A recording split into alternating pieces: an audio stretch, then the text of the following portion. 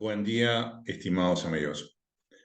Hoy vamos a hablar de la reciente reforma de lo contencioso administrativo, de la reforma que tiene que ver con la organización interna de la denominada justicia administrativa de la acción de nulidad.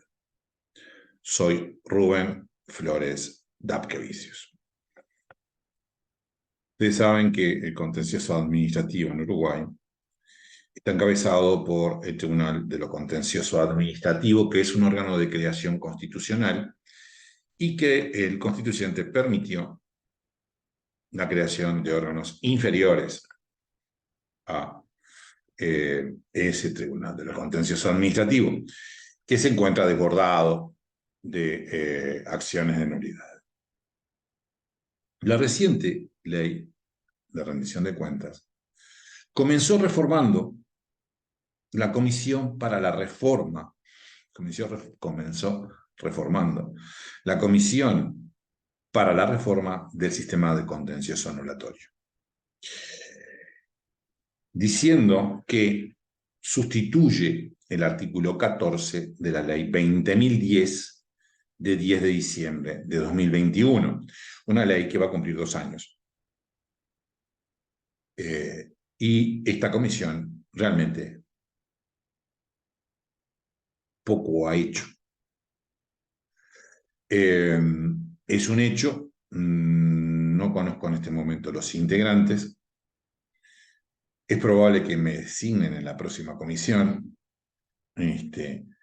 pero en 2 años se ha hecho esta modificación que no sé si intervino en la comisión, y si intervino, lo hizo con algunos temas que realmente son discutibles, muy discutibles.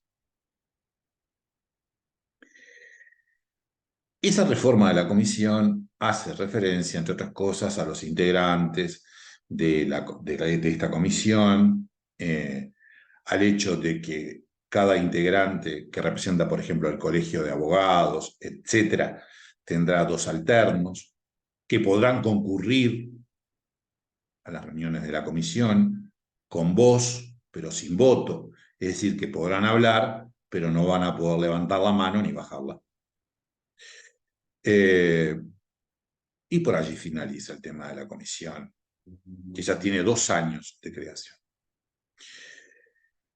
Lo importante es que la ley de rendición de cuentas reformó la estructura de lo contencioso administrativo, creando órganos inferiores y otorgándoles competencia a esos órganos inferiores. Comienza diciendo que la jurisdicción contencioso administrativa será ejercida por el sistema orgánico encabezado por el TCA, por el Tribunal de lo Contencioso Administrativo. No podía decir otra cosa. El TCA es de creación constitucional y evidentemente es el jerarca en el ejercicio de la función administrativa, porque va a ejercer la corrección, la designación, la destitución, la evaluación de los jueces inferiores, como lo hace la Suprema Corte de Justicia respecto de los ministros del Tribunal de Apelaciones, de los jueces letrados, etc. Así que la cabeza sigue siendo el TCA, como no podía ser de otra manera, la cabeza administrativa. Los juzgados letrados en lo contencioso administrativo van a ser independientes, como lo son los jueces del Poder Judicial, en su materia, es decir, cuando están ejerciendo función jurisdiccional. Allí dictarán según su saber y entender, pero en materia administrativa dependen del órgano jerarca. En una primera etapa, dice la ley, funcionarán 2 juzgados letrados en lo contencioso administrativo. Luego podrán crearse 2 juzgados más.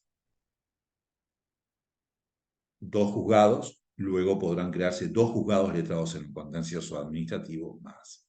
Y cuando lo amerite, podrá crearse un tribunal de apelaciones en lo contencioso administrativo. Así que hoy De acuerdo a esta ley, va a existir el TCA y 2 juzgados inferiores. Luego podrán quedarse 2 más, es decir, 1 más 2, 2, 4. 4 juzgados inferiores. Y cuando lo amerite, se podrá crear un tribunal de apelaciones en lo contencioso administrativo. El Tribunal de lo Contencioso Administrativo dispondrá la forma de creación de estos juzgados inferiores. Como les decía, los jueces van a ser designados, los jueces letrados en lo contencioso administrativo van a ser designados por el Tribunal de lo Contencioso Administrativo, aplicándose en lo pertinente la Ley 15.750 de organización de los tribunales judiciales comunes y los artículos 244 y 245 de la Constitución, que son los que se aplican a los juzgados inferiores. Un tema típico de reenvío, como se hace continuamente en el TCA en la Constitución.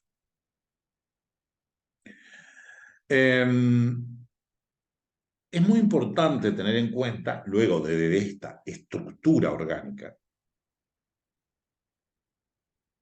cuál va a ser la competencia de cada uno de los juzgados que se crean. ¿Cuál va a ser la competencia? Eso es fundamental. Y entonces por allí empiezan a aparecer elementos discutibles, muy discutibles. El Tribunal de lo Contencioso Administrativo conocerá en instancia única, señores, era el momento de establecer la instancia doble, de respetar el principio de tutela judicial efectivo. Cualquier tribunal, cualquier juez debe ser controlado por otro juez. Pero aquí dice que el Tribunal de lo Contencioso Administrativo, claro, es el jerarca, pero dice que el Tribunal de lo Contencioso Administrativo conocerá en instancia única de las demandas de actos administrativos definitivos que produzcan efectos generales.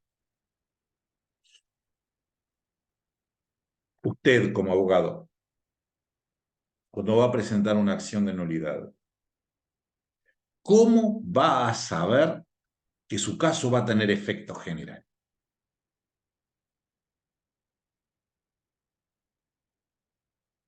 Porque, bueno, si es un reglamento, está impugnando un reglamento, bueno, tal vez pueda tener mayor probabilidad de que la sentencia tenga efectos generales.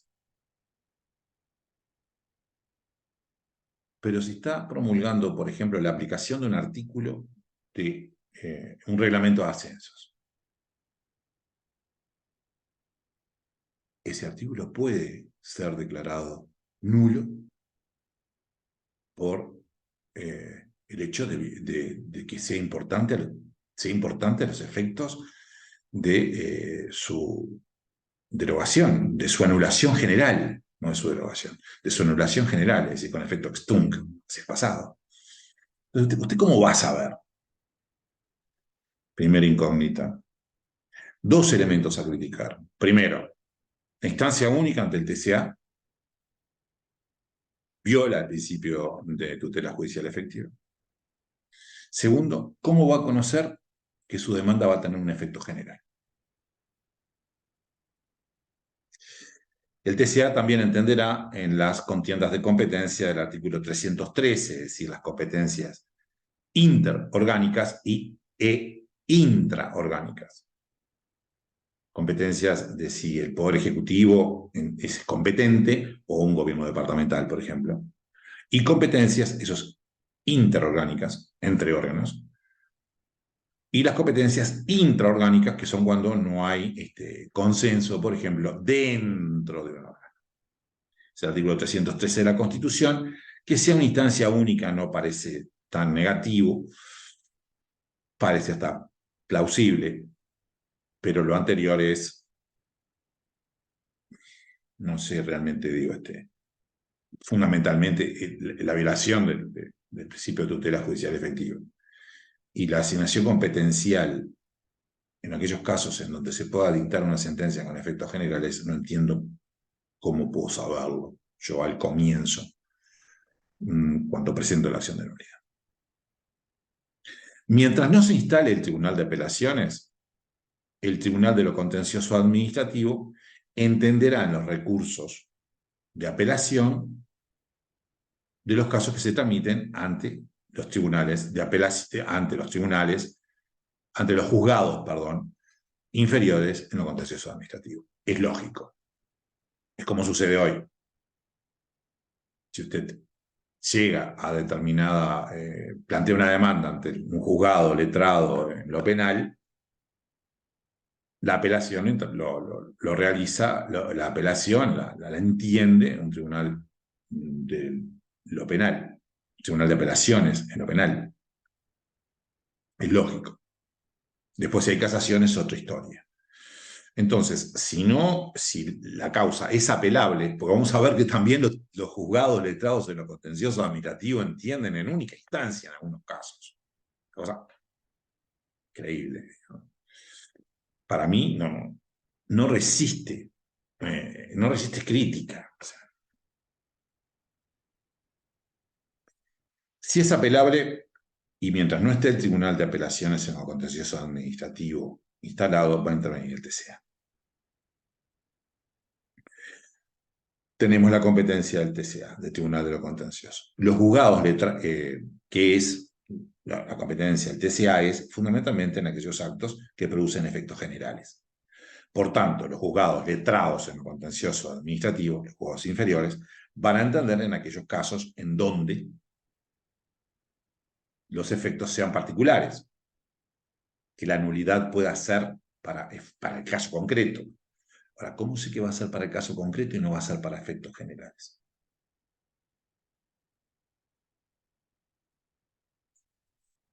También entenderán, dicen estos juzgados letrados en lo contencioso administrativo, en única instancia, un juzgado inferior que podría ser controlado por el TCA para que se respete el principio de tutela judicial efectivo. Estos juzgados de primera instancia entenderán en única instancia, violando la tutela judicial, en los siguientes casos: calificaciones de funcionarios, sanciones disciplinarias que no excedan los 15 días, o sea que si a usted lo sancionan con 14 días, no interesa que se respete el principio de tutela judicial. Total, es poca la sanción. Clausuras, prohibiciones o inhabilitaciones o suspensiones de empresas particulares hasta el término de 5 días. Ahí es única instancia también. Si no lo dejan trabajar durante 4 días, con una instancia basta. Y es importante tener presente también que la ley de rendición de cuentas, al haber regula el tema precisamente de la regulación de honorarios, que está establecido en el artículo 144 de la ley 15.750, la ley de organización de tribunales. Cada juzgado entenderá en la regulación de honorarios que se tramita en su sede, en el sentido de que los honorarios producidos por una demanda o una contestación de demanda, la actuación de un profesional en su sede, es ese juzgado el que entiende. Si yo actúo ante el juzgado A demandando o contestando una demanda, voy a solicitar la regulación de honorarios a ese juzgado, como siempre, como de costumbre.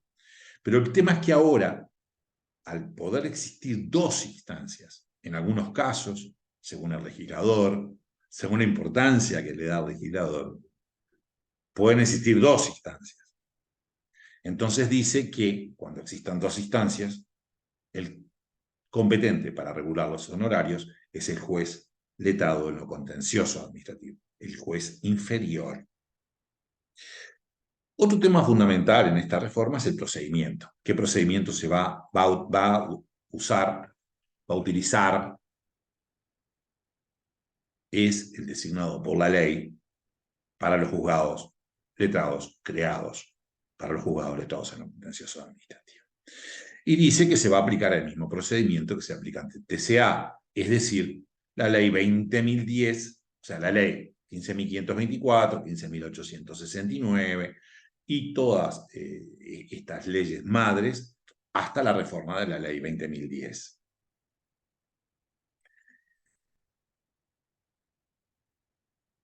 Por otra parte, la ley de presupuesto reforma el artículo 28 del decreto de ley 15.524, que es aquel que dice que el tribunal entenderá confirmando, anulando, pero sin reformar el acto. Y lo hace especialmente para decir que cuando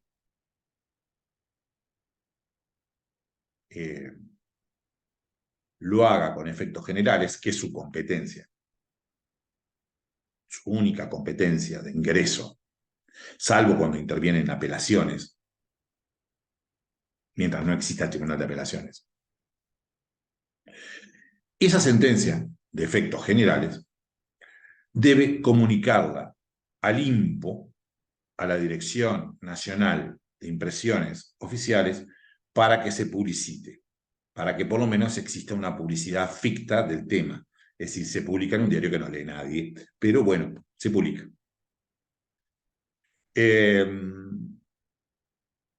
Por último, la ley de rendición de cuentas regula la competencia del Procurador del Estado en lo contencioso administrativo, que es un órgano de asesoramiento.